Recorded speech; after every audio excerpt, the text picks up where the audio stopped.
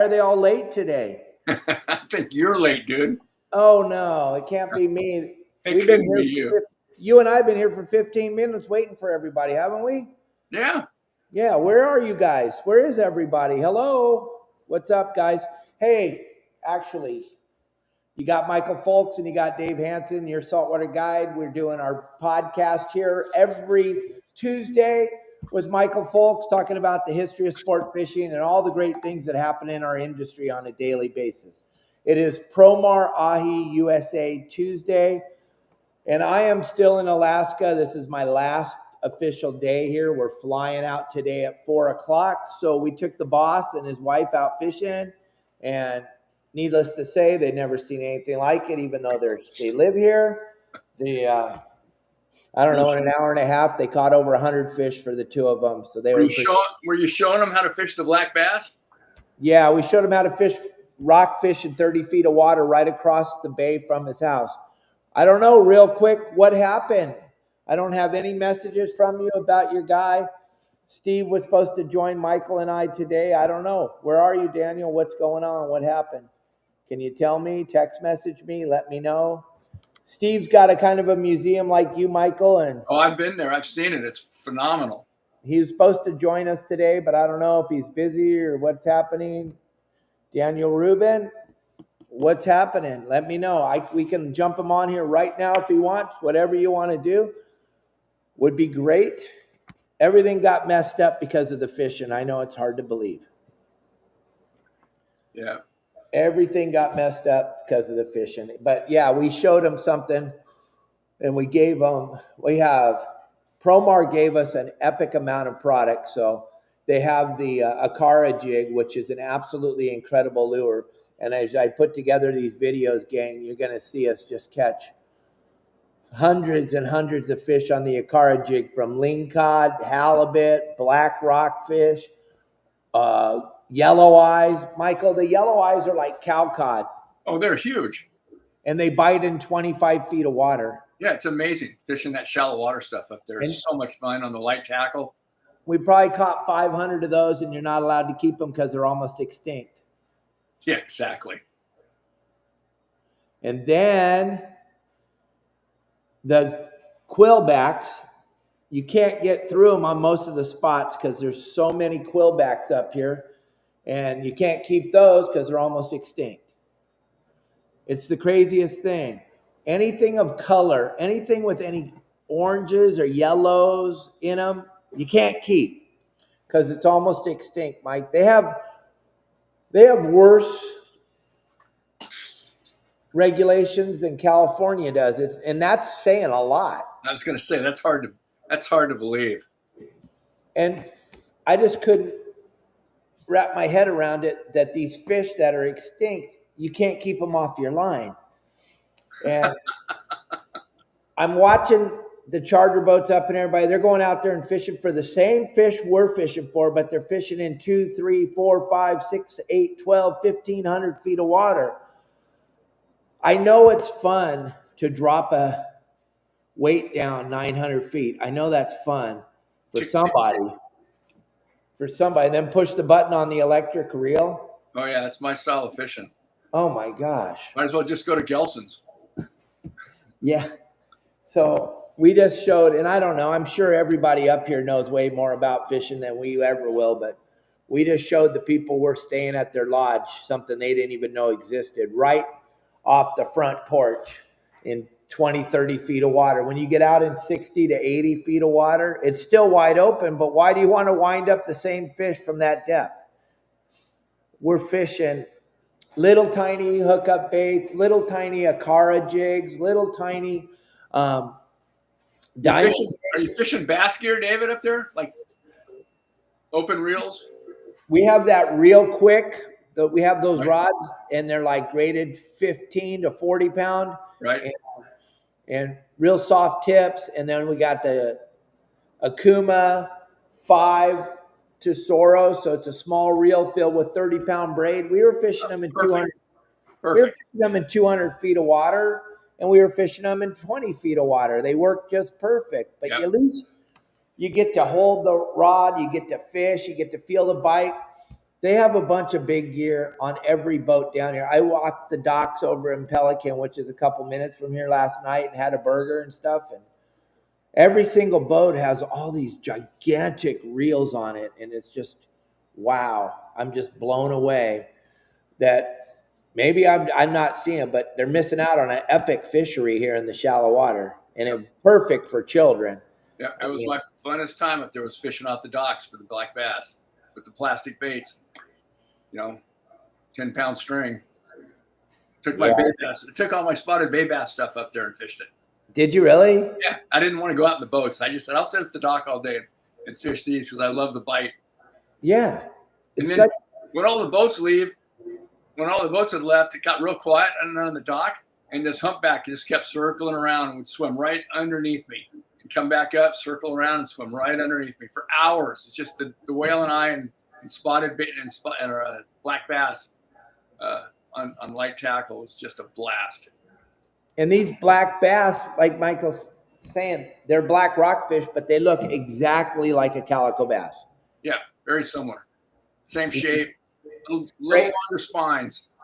Little longer spines. But if you spray painted a calico black, you would pass for these things. Yeah, exactly. It's a fun fish, and they fight from the top to the bottom. They just fight, right? Those black rockfish. Oh, yeah. That's my buddy Ron. We're breaking down everything, Michael. It's the end of an epic trip up here. Just unbelievable. The fishing, the camaraderie, the hospitality is just everything you could possibly imagine up here, right? Right, Ron? What a lovely experience. Just, it's sad. Hey, Michael. How are you, buddy? If I had it any better, I'd have to be twins. Here's what we have to tell people. We'll do that to you, won't it? Yeah. Here's what we have to tell people when they ask how many fish. What do you have to say? I'm not sure exactly how many, but there's definitely going to be a comma involved. Yeah. Okay. It was definitely bucket list style fishing. It was just incredibly beautiful up here. We got to see everything you could possibly want to see. Talk about bald eagles, Michael. You just kind of go, how many more pictures of bald eagles can I take? They're everywhere. They're like seagulls. They're so cool, and they're massive. And they love those fish with the colors in them. Yeah, the ones that are extinct.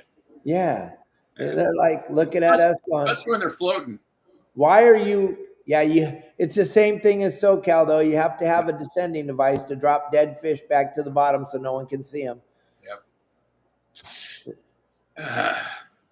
So what's going on with your history of sport fishing? I'm going to put the QR code up there. We're going to talk about the show today. We're going to talk about, gang, we're coming into the summer. There's a lot of stuff going on, but we're all looking for something to do at night with our children because it's summertime. They're not in school anymore. They don't have to go to bed early.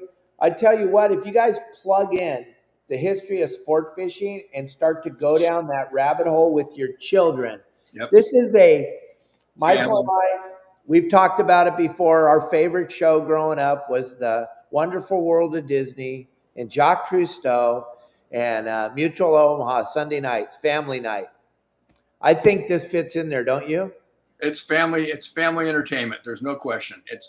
We were very careful to keep it. We had some great shots from Tahiti in 29 with Zane Grey, and the Tahitian girls paddling out in their canoes to greet them, topless. I mean, some great shots like that. Real innocent stuff, but they said no. So this is. And even somebody says bulls on the show. We've got to beep that out. So this has been cleaned up 100%. No TNA, no cursing, and just a great family viewing. I think it's better than what Michael's saying because of the fact that, first of all, you're not watching our podcast if you don't like to fish. So we got that audience right here. Now you want to try to figure out, how can I get my children involved in this thing? This is a perfect way to do it. Plug in, get involved, grab that QR code right there, jump on this thing and just start watching. And watch the first episode, and then tell me if that doesn't grab a hold of you. And then your children are going to say, hey, Dad, Mom, can we watch episode 2? And you can stretch this out, do 1 or 2 episodes a night. It's fun, family fun night. Then do whatever you do all week, and then come back on a Saturday or Sunday, and that'd be the night we watch episode 3 and 4. And it comes all the way to episode 12. Plus, there's all kinds of things involved once you download this. That'll take you down a bunch of different rabbit holes that you'll just go, oh my gosh, the tribute of tuna, the one that got all of us. And that's part of the package. When you get deeper into it, you want to get really involved and you want to be into this membership thing that Michael's got going on, then you can start going down all the other rabbit holes that your children are going to go, what the heck? I got to get out there and fish. Yeah.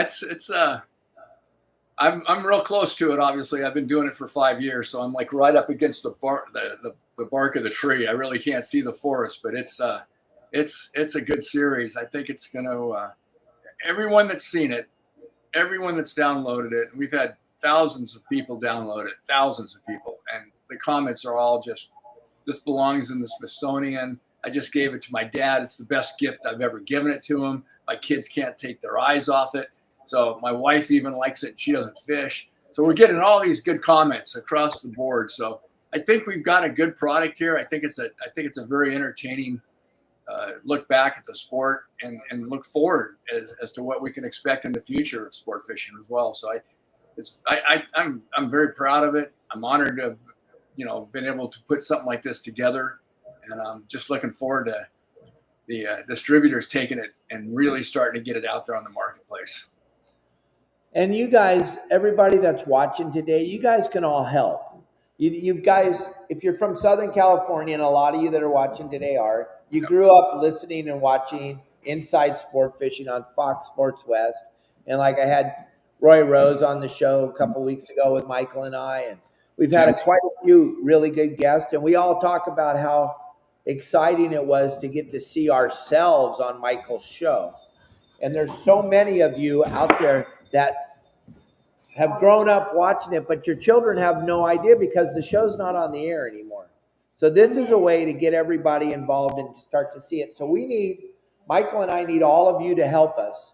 And that QR code's on the screen right now, but share this podcast or share any of the Tuesday podcasts that we've done together with the great guests that we bring in, because there's so many levels to this thing that you guys can all help and understand that this is Michael's and Kim's, this is their baby. And we need the industry to jump in and help us out here and help get the word out. That's the hardest part. Is getting the word out that this even exists. Yeah, it's grassroots at the core. We don't have a marketing budget. Talked to some people that had some pretty big marketing budgets. They're spending hundreds of thousands of dollars to market every month, and we just don't have it. So it's got to come from within the community. It's got to come from within each one of us. Word of mouth.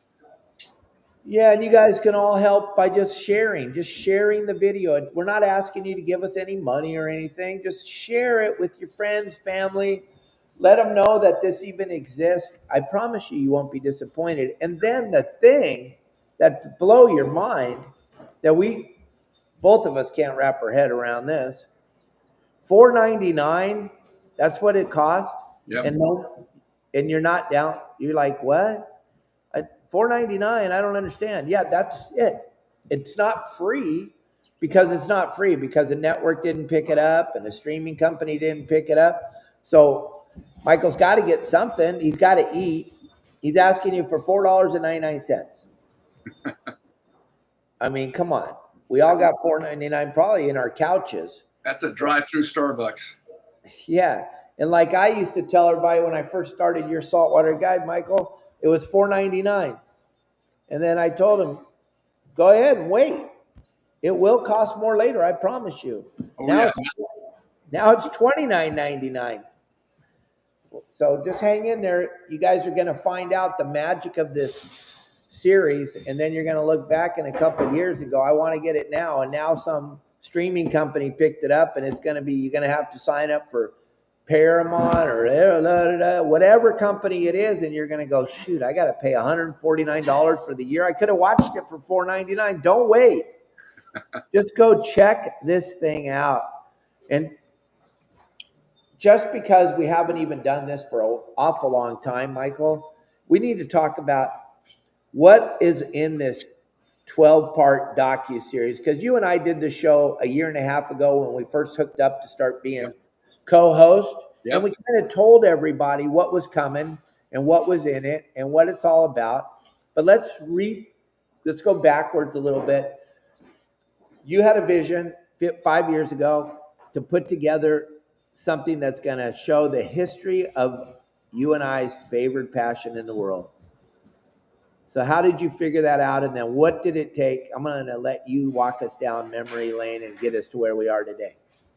Well, you're absolutely right. There was I had a vision of wanting to basically, when I found out that the first tuna and the first marlin and the first broadbill swordfish that were ever captured on a rod and reel anywhere in the world were taken off Catalina Island, I was just fascinated by that. So dating back to 1898, 1896, when Colonel Morehouse caught the first tuna over 100 pound, and then a couple of years later, Dr. Charles Frederick Holder, who founded the Catalina Island Tuna Club, caught the largest tuna that was ever on record, 188 pound, when they called it then a leaping tuna, which was a bluefin.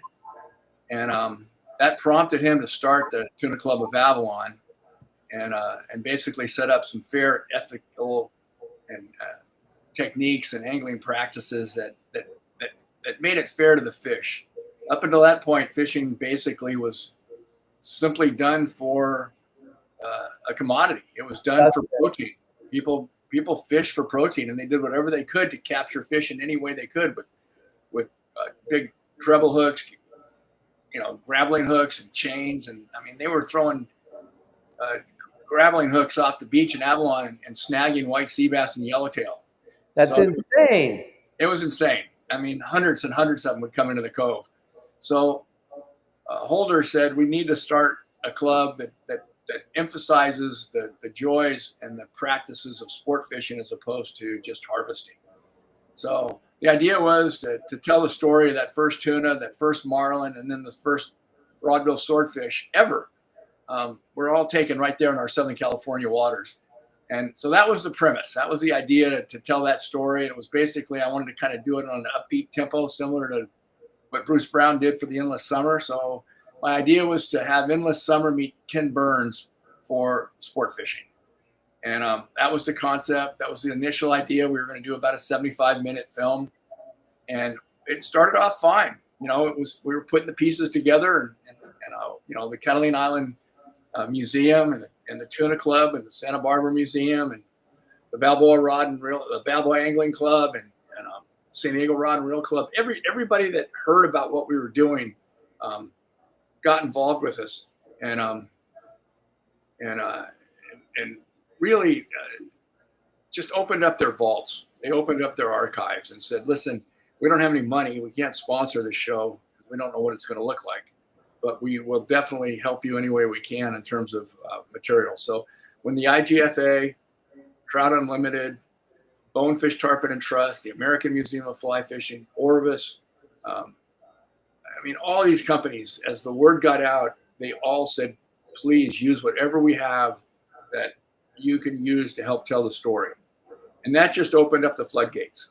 And I've always had a philosophy in my editing and production work that you cut to content.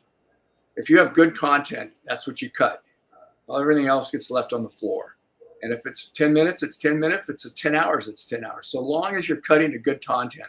And what happened with us is that as these archival vaults were opened up to us, more and more footage just kept pouring in, more and more stills. And it became overwhelming in a sense. And at the same time, I was overjoyed to see all the footage.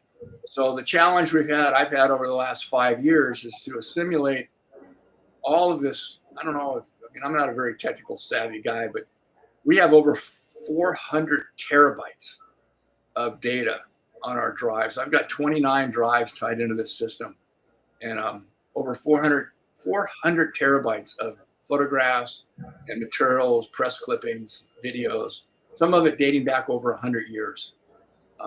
So we've got the very first film ever shot on fly fishing from Great Britain in 1911, I think it was. That was the first movies that were ever shot on fly fishing. We've got Zane Grey and Captain Warren Mitchell in New Zealand and Australia back in the mid-1920s catching the first 1,000-pound marlin on film with a rod and reel. So we've got some historically significant, phenomenal footage and photographs. Tammy Ebbets-Hahn, whose dad was probably the most recognized unknown photographer in the U.S. He shot that phenomenal, iconic shot of the men on the beam, sitting on a beam at lunch overlooking Rockefeller Plaza, 64 stories up. They're just dangling with their feet hanging off. And it's like they're just having lunch on a beam. So that was his shot. And he also worked for the Met, the Miami Metropolitan. And he was their head photographer for, I think, 30 years. And he loved fishing. He was best friends with Ted Williams, Joe Brooks. He fished with President Eisenhower. Phenomenal individual. And Tammy had boxes and boxes and boxes of 4x5 glass negatives and negatives that he shot. And she opened up her vault and said, what can we do to help you? And she's been instrumental in this project where I'm kind of a fly by the seat of my pants. And she's a very organized, very intelligent researcher, and has just done phenomenal amounts of research on all the different aspects, disciplines within the sport. She and I have both fly fished, but neither one of us are good fly fishermen by any stretch of the imagination. So we did a lot of research on fly fishing and got Tom Rosenbauer from Orvis and some other people to jump on and be a part of this. Same with the bass. I love topwater bass fishing. It's probably my favorite fish. But, I'm not a bass expert. These guys. So we've got Dr. Terry Battisti, who came in, and Ken Duke teamed up with us. And those two guys, honest to God, they've forgotten more about the history of bass fishing than I'll ever know. and they helped write the bass chapters for us. We got Bill Poole.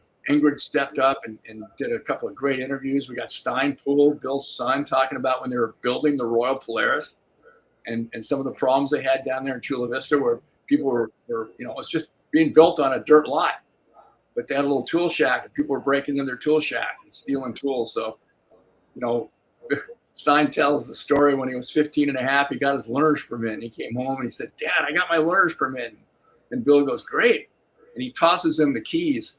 And Stein goes, what, for me? And he goes, yeah. Grab the shotgun and the dog. You're on guard duty tonight at the boat.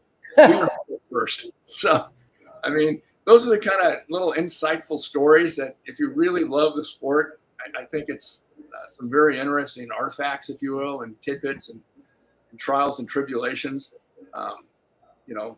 Dwayne Diego, Breitenberg, Barry Breitenberg, Steve Morris, Chase Offield. We've got some great interviews across the board. Flip Pallett, some captains down from Florida. Dave starts the show off with a little talk about his dad, which still brings a tear to my eye every time I see it.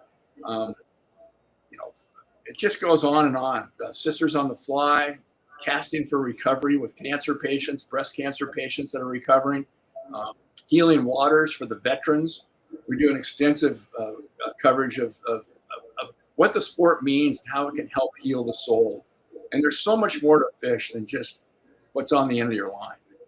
I think the whole story throughout the video is there is so much more to fishing than what you experience when you hook a fish that's on the end of your line. There's so much more than just catching the fish. Bill Shedd did a phenomenal interview as we move into the future of the sport and talking about teaching children and taking kids fishing, conservation and the responsibilities as anglers. Most of us have I know I do. I I have a wheelhouse mentality. When I'm out in the water, that's the only thing I care about is what's going on in my boat and what's going on the deck and on my line and on my rod and with my bait and with the people around me. And you get that wheelhouse mentality. But I think it's important that you set yourself up to win and help support the sport by knowing as you go out that you don't need a truckload of tuna when you come home from a 16-day trip or an overnight trip or whatever. You know, take what you can use what you take, and release the rest. You know, and the RSW processes that Tim Ekstrom came up with and Randy Trisson a few years ago, they were down in Panama. Tim told us how he came up with the RSW idea because we're using the old traditional brine solutions, which is just, you know, ice cold water with salt in it. The RSW system now, when they bleed the fish and they tap them, you're getting better than sushi grade material off these sport boats. You don't need massive amounts of it. So, you know, set yourself up to win, you know, and know that you say, yeah, I want a couple of wahoo and a tuna and, you know, maybe a grouper or whatever, you know, but you don't need to come home with a whole truckload of fish. By the time you get done starting to clean those, halfway through, you're done. And all you're calling is Dewey dumpsters. So, you know, I think each one of us needs to be responsible for our actions on the water. And I know Dave and I have gone head to head on this for years. He says if it swims and it bites, it's dead. You know, and I say if it swims and it bites and you can't use it, let it swim some more. So, you know, it's important, I think, for the future of the sport, because like Dave was just saying earlier on, that Alaska's saying these are endangered species, but they had 500 fish today. It's hard to imagine a boat catching 500 fish on a species that's endangered, which doesn't exist anymore. So, you know, but rather than throw it back in their face, you know, just do your part. Take what you can use and release the rest. And I think the most important thing throughout the whole series is what the sport has meant to so many people and how it has changed their lives over the course of decades, and how the sport evolved, and the individuals back in the 1800s, the early 1800s that brought fly fishing equipment over, 1700s that brought fly fishing over from Great Britain, and that kind of evolved into, you know, some bass fishing and little bass reels, and then they take those bass reels and they try to catch some striped bass off the beach, and they just got smoked. And so they started building bigger and stronger, heavier duty rods and heavier duty reels to tackle some of these bigger fish. At the time, it was believed that there was no way on God's green earth would anyone ever be able to catch a fish over 100 pounds on a rod and reel. They were spearing them, and they were snagging them with gaffling hooks, if you will. But nobody thought you could catch a fish over 100 pounds on a rod and reel. So those guys did. They caught a tarpon over 100 pounds in the late 1800s, and that word got out. And so the guys on the West Coast were pushing the limits. They did everything they could. They were hooking a lot of bluefin there off Avalon, but they weren't getting any of them to the boat because all their equipment was blowing up. They didn't have any drag system. It was all leather strips of drag. They didn't have any. Their little skiffs were basically sail powered, and they couldn't track the fish down. So they needed bigger and better gear. And William Beauchene teamed up with George Farnsworth, actually, and they created the first star drag, and took it to Cox, and Cox built the reel, and then Julius von Hoff, and it was so cool because Beauchene didn't patent it. He said, I'm not going to patent the star drag. There were too many people involved. There were too many individuals that helped me come up with this idea, that helped me come up with this design, and then actually helped to engineer it, like Cox and Julius. And so he didn't patent it. So he gave the star drag to the industry for free. He's never seen a dime of royalty. So, you know, little things like that. I mean, the star drag we've just taken for granted for 100 years. But, you know, the guys that made it happen, they did it out of passion, and they needed it. They needed something that they could help slow down these big fish with. And they built bigger and better and stronger reels, and they changed the rod designs. And they went from broomsticks to a longer, more flexible type of design. And they started doing split bamboo rods, not just necessarily for fly fishing, but for fishing in the saltwater and freshwaters as well. So, you know, it's just linen line, how it went from originally it was a horsehair. they would weave horsehair together and create fishing line by hand. And then the Chinese came up with silk, and they used silk lines for a long time. And then from silk lines, those kind of evolved into cotton and linen line, and then linen became Dacron, and Dacron became, evolved into monofilament. Monofilament sort of spun off on Spectra, and that's kind of where we are today. But you look through just the history of the lines. It's a phenomenal.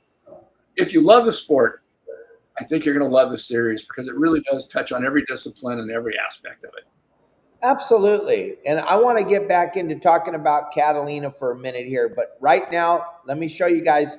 We're coming into the summertime. Tuna are starting to show up in Southern California waters. There's yellowtail. There's all this different stuff. As the water gets warm, as all these hurricanes start pushing up from Cabo, July, August, September, we'll probably start to see sniffs of yellowfin tuna and stuff in our area.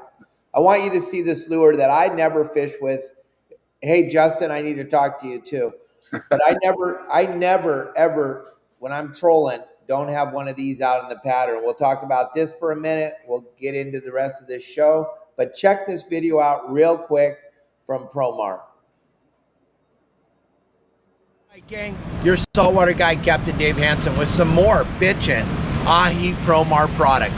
So, PromarAhi.com. Different products, but what we're talking about today is the lure that I always have in the spread, whether I'm fishing marlin, or I'm fishing tuna, or fishing bonita, or fishing yellowtail, and we're trolling. We always have the 6-inch wood cedar plug color, the natural color cedar plug. This is by Ahi, Promar Ahi. You go to the store, look at the cedar plug variety. They have the daisy chains, but I'm telling you, you always have to have the natural wood in the pattern behind the boat. What eats these? Marlin, wahoo, tuna, dorado, yellowtail, bonita. People have even caught white sea bass on them, trolling along the edges of the kelp. I'm telling you, the cedar plug, the natural color 6-inch by so check out the 6-inch natural wood colored cedar plug and all the other products over PromarAhi.com. Thank you.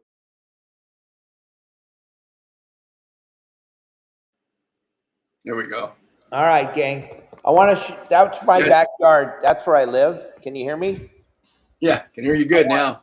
I want you to see where I'm at right now, and then we're going to get back into this show. This is what I've been waking up to for the last 8 days. Pretty magical. Right across the bay, Mike. That's where we've been fishing, along that bank right there. It's just incredible. We've caught halibut. We've caught lingcod up to 60 pounds. We caught a lingcod 3 days ago that was we caught a 40-inch lingcod, and there was a 60-pound lingcod holding on to it. Just a hitchhiker. Yeah, we got it all on video. It's the most insane, we got it all on video. It's insane. It's the most insane thing I've ever seen. We couldn't even believe it, and I was so lucky that I had the GoPro on at the time. And I can't wait to see that footage. This is the most unbelievable footage. And we're trying to identify what it is, because you could see it down there like you couldn't tell what it was. Like 60 feet down. We caught it in 100 feet of water. We had drifted out off the bank, and my buddy Pat got bit, and we thought we had a halibut because it was just dead weight. It started out good, right. And then when that 60-pounder grabbed the 40-incher, it went to dead weight, and we're like, whoa, this got to be a halibut. It's got to be a big halibut. I got the harpoon ready. I'm all ready. And then we're looking over the side, and we're looking down, and we're like, what? I have no idea what this thing is, because that one lingcod's holding on to the hookup bait. It was holding on to the live deception, like the biggest one they make. I think it's like 12 ounces or something. It looks just like a mackerel. It was hanging on to that. And then on the side of it was this 60-pounder hanging on the side, bit right into the side, couldn't let go. It probably wanted to let go, but we had to pry its mouth open to get the teeth were stuck in this thing. Jeez. And you know another thing? A 40-inch lingcod and a 60-pound lingcod, you couldn't keep either one. Really? Because they're almost extinct too. No lingcod take at all. One. A day per year. One lingcod per year per angler. We must have caught 100 of them. What about the salmon? One king One. salmon per year. One king, one coho, or just No, 6 coho. 6 coho. One king, and one you have to spend $45 more on the license for the king. Jeez. And the minute it gets on the boat, it's got to be 28 like a legal sea bass, and then you have to write it down on your license immediately. When that thing goes, when you decide it's 28 inches and you're taking it, you got to write it on your license immediately. And that's it. You're done for the year. What about silvers? Huh? What about silvers? Silvers, you can have 6. 6, okay. And then the pinks and the other stuff, I don't know. Yeah. We were using them for bait. That's per year per angler. Is that statewide? You know? Yep. How are the resorts getting anglers to come up and spend the kind of money that it takes to go to Alaska for 4 or 5 days? This. And come home with 7 fish or 8 fish. Get this, the black rockfish, that there's literally billions and billions of them. You can have 3 per day. They're good eating though. Oh my God, it's perfect. Yeah, It's they're delicious. But we got into a Johnny Bass bite, all like 2 and 3 pound Johnny Bass suspended. We were fishing in 100 feet of water on this hard bottom. And there was a layer at 40 feet, and it was straight Johnny. We call them Johnny Bass in SoCal. They're olive rockfish, and it was full speed. Now those you can have 10 of them, and it was 10 every day. And the meat is sweet, super good. It's like a calico bass looking fish, gang. I got plenty of videos of us catching as many as you want. Then there's another rockfish, not the widow cods that we catch in SoCal. This is a widow rockfish, totally different. I've never seen them before, Michael, but they're suspended at like in a 60, 70 feet of water. They're suspended at like the 10 to 15 foot. And it's every bait. If it's a light sinking bait and it sinks down through that water level, it's bam. We were using 20 pound GT4 fluorocarbon, and we were using the small Akira jigs. And as that jig would sink down, you would get stopped dead. You couldn't go any further than 20 feet. It wouldn't let it down there. And it was one after the other. You can have 10 of those or 10 of the Johnny Bass. And I don't know. I guess you just keep taking what you can catch. The best part about the whole thing, though, Alaska, is the scenery. The bald eagles. The scenery. It's just amazing. Just so much stuff. Hey, Carol, thanks for stopping by. And just so much beautiful stuff. We watched the humpback whales yesterday doing the bubble. Oh, isn't that amazing when they're bubble feeding? And then they're doing that lunge thing where 6 of them would come up all with their mouths and right next to where we were fishing, right next to us. Well, I think what we had, Dave, was that there'd be a pod of like 6 of them, right?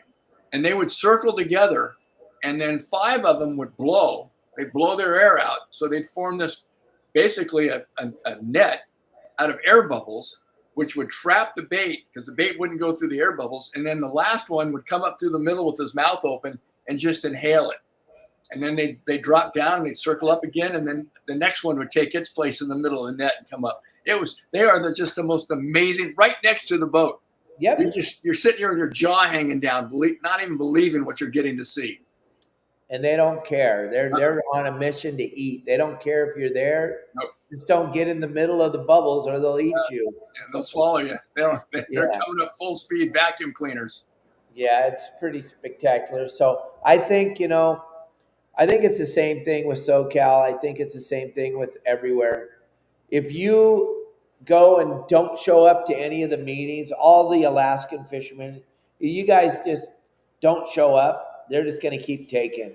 But if you start to show up like we're doing now in Southern California, I think we could start to slow this garbage down because these regulations are, like you said, they're going to kill the resorts, but there's no reason for them.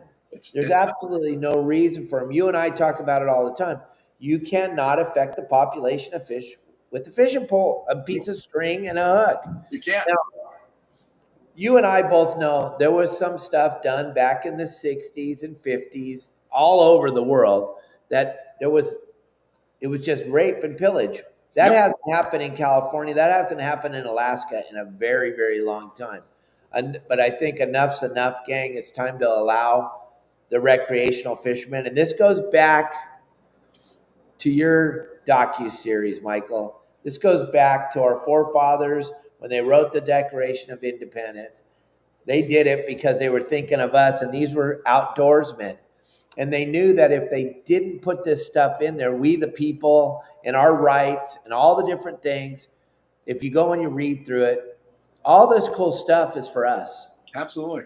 It's not meant to never touch. The Constitution is all based by the people, of the people, and for the people. And it was written by the people, of the people, and for the people. It was not written by a government agency. It was written by outdoorsmen, guys that love to fish. And they had to meet. We've talked about this over and over. They had to meet in private. They formed this a place called the Schuylkill Fishing Club. They nicknamed it the Castle on the shores of the Schuylkill River, where Philadelphia is now. And that's where these guys got together and met under the guise of a fishing club to talk about what it was going to take to write the Declaration of Independence and declare our independence from England. And these guys, had they been caught, David, these guys would have been hung for treason. And it's just, you know the players, Benjamin Franklin and Paul Revere and George Washington, just a few of the guys who were hanging out there that all fished.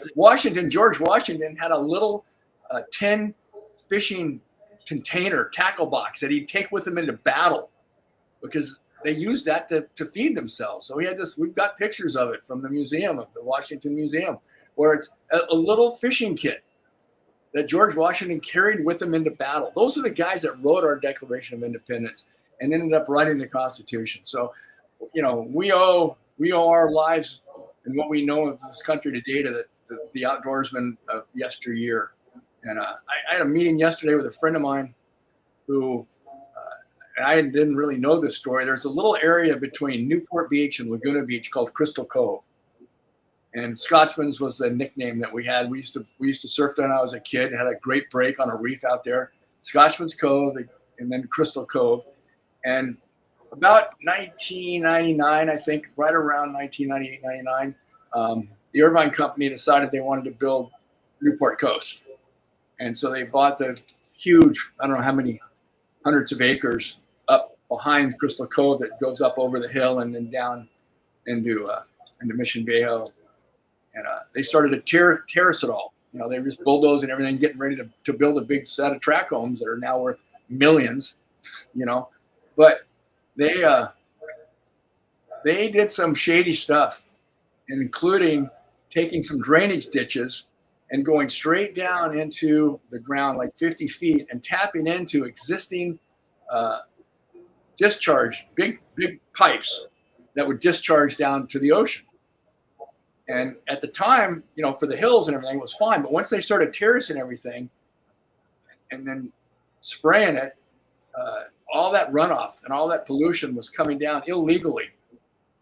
And this friend of mine, she grew up in Crystal Cove. She was basically, her parents had a house there. They met there in 1938, so their family has been there forever. And she'd jog in the mornings and realize that all this weird foam and crap was coming up around Crystal Cove that was never there before, up and down the beach. And she said, something's going on here. So finally, she got herself a little headlamp and a flashlight and crawled in the pipe. This chick crawled up the pipe as far as she could go until she found these illegal joints that the Irvine Company had tapped into illegally and hadn't told anybody. And she brought it to the forefront. She made a case about it. And it turned out to be, she actually had a multi-billion-dollar development cease and desist by her efforts to stop this pollution. And then it went so far as that the Irvine Company had a 60-year, they signed a 60-year lease with the state to do this. And part of it was they were going to develop a huge super recreational destination, a hotel complex on Crystal Cove. And she stopped that. and it was under contract. And they had an agreement with the state. The state ended up giving back a $2 million deposit to the Irvine Company and recovering Crystal Cove so they could preserve it for an historical landmark. And it's one of the most pristine beaches we have left in Southern California. And this one lady made the difference. And it just goes to show that you were saying earlier that if we don't show up, we're gonna get screwed. But every single person has the capacity to make a difference. And when you call for help and say, hey, we need everybody to log into the meetings. And the point was that when she went to present this information at a community meeting, town hall, they were set up in a big auditorium. There were so many people in that auditorium that they had an overflow of like 200 or 300 people that couldn't even get into the building that were there to support her efforts. And it was like that. The state, I don't know what his position was, but he was for the state, was there to hear it. He was overwhelmed by the show of local people caring about this little hunk of property, and that's what was the emphasis to get it changed, because it was the local support that her efforts, stimulated enough people that they wanted to show up. Similar to what you're doing on your show when you talk about the Coastal Commission or whoever is in charge of deregulating the sport or regulating the sport. Yeah, the Fishing Commission. It's like, and like you said, they're not elected officials. They're just appointed. They're appointed. And guess who appoints them? Our criminals. Criminals appoint them and they say, we want to ban fishing. We don't like it. We don't fish. So we're gonna ban the sport because the grandfather and his kid on the beach with a little surf rod is going to destroy the fishery. Yeah, or coming up here to Alaska to go catch a fish, and you can't keep it. We're going to talk. We always talk about this kind of stuff, but we're going to talk for the next 10 minutes about Catalina, because for Michael and I, and a lot of us in Southern California, Catalina is a magical, absolute magical place. And I got to drive that tour bus for a season and learn a lot about it. Plus, Michael turned me on to the museum that used to be underneath the hall, the dance hall, and I got to see a lot more stuff. Even though I thought I had learned a lot by driving the tour bus, I found out I didn't really know anything about it.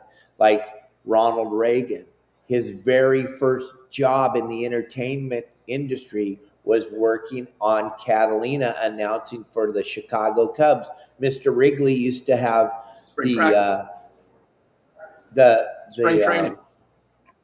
spring training on Catalina. He actually built a replica of Wrigley's Field there. Now it's the golf course, but you can look back at the old vintage footage of it and you can see that. And Marilyn Monroe's very first job she ever got paid for was meeting the big white steamer when it would come over from LA, and it would bring the people to the Green Pier back in the old days when they actually tied that thing up before all the cruise ship docks and everything. They'd bring it and she would put a lei around your neck. And then her first marriage was on Catalina at the casino. But the casino, gang, is not a gambling. That doesn't mean gambling hall. A casino means place of gathering. A place of entertainment.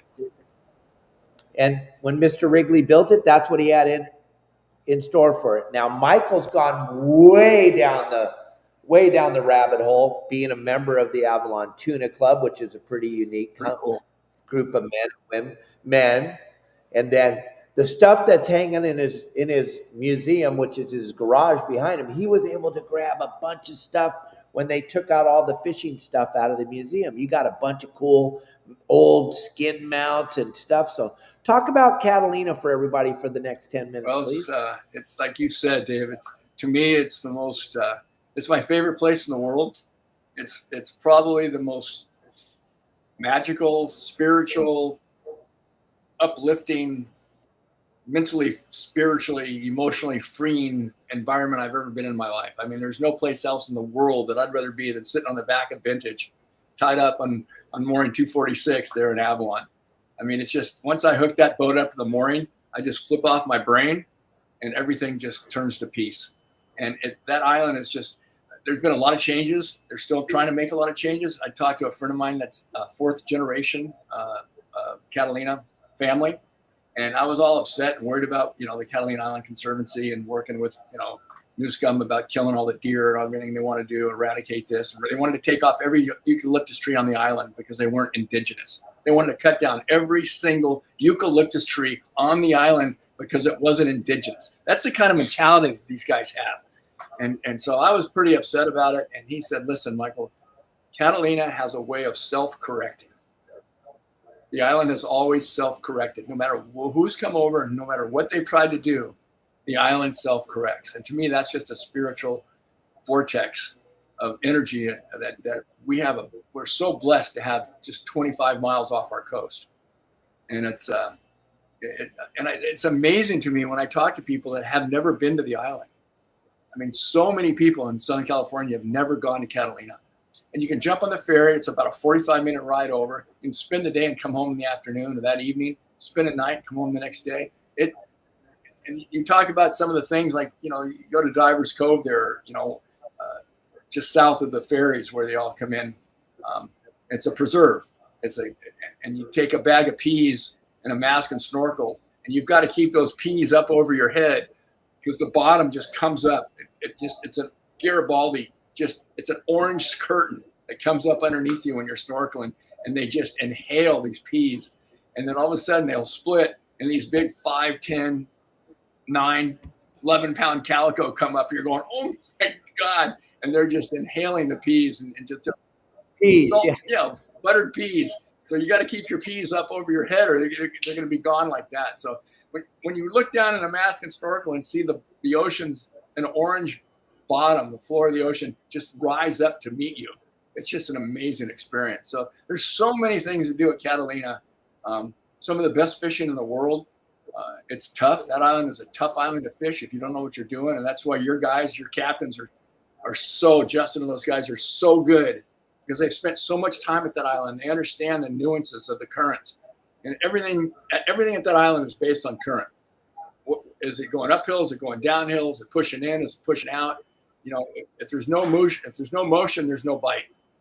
And it can be ripping on one corner of the island and dead still in another part of the island. So, you know, you really, to fish that island, you can probably spend a lifetime and never fully get that island dialed in. But, you know, like you said, the interior, when you walk out of Avalon, you just walk up, you know, Bell Tower Road or something.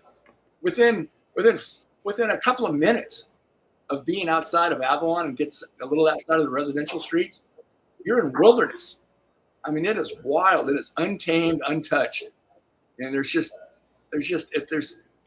so many great things about the island. I can't say enough about it. I absolutely love it. And I'm just so proud to have been able to take some of its history and put it into a film to preserve it. And one of the guys, I can't remember, wrote in earlier about asking if there was a specific video on the evolution of reels. And what we've done on the history of sport fishing is the most in-depth that I know of. So I don't know of any other videos out there on specifically the evolution of reels. And we cover it from a 30,000, 40,000 foot elevation. We don't go into inertia. Honestly, we could probably do an hour on just reel evolution. We could do the same thing with line and reels and rods and, you know, different techniques. So there's a lot to go into. Cubby had a great thing. He said, yep, he got to spend a lot of time on mooring 232. Yep. And those of you that are watching across the country in Australia and New Zealand and everywhere everybody watches. I was over in the little town of Pelican yesterday. I met 2 different people over there that go, hey, you're that guy on the podcast. Hey, yes, I am. But mooring cans, it's a weird deal in Avalon. It's not like your mooring cans that you guys are used to, the swing cans where you're facing a different direction. These cans have a line that you hook up on your bow, then you have a line that you hook up on the stern. Every single boat is facing right to where the magic is happening on the island at Catalina itself. There was nothing better than the days of getting on that mooring can and once you're tied up to the mooring can, like Michael says, life changes. especially if you're a captain, because you know how gnarly it is on an Oh anchor. yeah, and all once night. you're cocked up those mooring lines, like I said, I just go in and I flip off my brain, and all responsibilities are null and void, because that mooring line, you're so secure, nothing's going to help, unless you don't get a westerly in there or something. But you're basically in cradle, like I say, it's cradled in the wings of an angel. When I'm at Catalina, I truly feel like I've been cradled and blessed by the wings of an angel to spend time over there. So. Yeah, and then you're looking back behind the boat, and then Russ Armstrong used to have the most spectacular restaurant there. The Portofino was second to none, and you could get off the boat and go there, or you could go to Russ's restaurant over there at the fuel dock and go get burger in the middle and of the fish sandwiches right there on the dock. It was and then he had the Rosie's on the Green Pier, same thing. I mean, it's still a very organic city. They've made a lot of changes. They basically, the goal was to make it Newport Beach South. They wanted to basically convert Catalina Island to the Fashion Island experience. So if you're in Newport going to Fashion Island, they wanted to recreate that, but it's not working. I mean, they spent millions of dollars tearing down beautiful old buildings and covering up beautiful tile mosaics and replastering them and trying to turn them into day spas.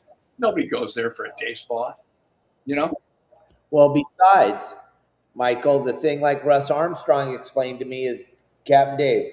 That's what he calls me. He goes, they don't understand. We've been here forever. Family's been here forever. Just like Chase Ofield tell you. The problem that they don't think about, there's no people to work. Everybody that lives on the island has a job, and it's a good job. And the guys that they most of them own where they work, and their kids work there, and their wives work there, and the problem is, gang, you can't bring labor in because you got to put it on the Catalina Express and drive it over there. The tickets right now are over $100 a person. You're not going to get people. It doesn't happen. And they didn't play the tape all the way through, Michael, and they didn't.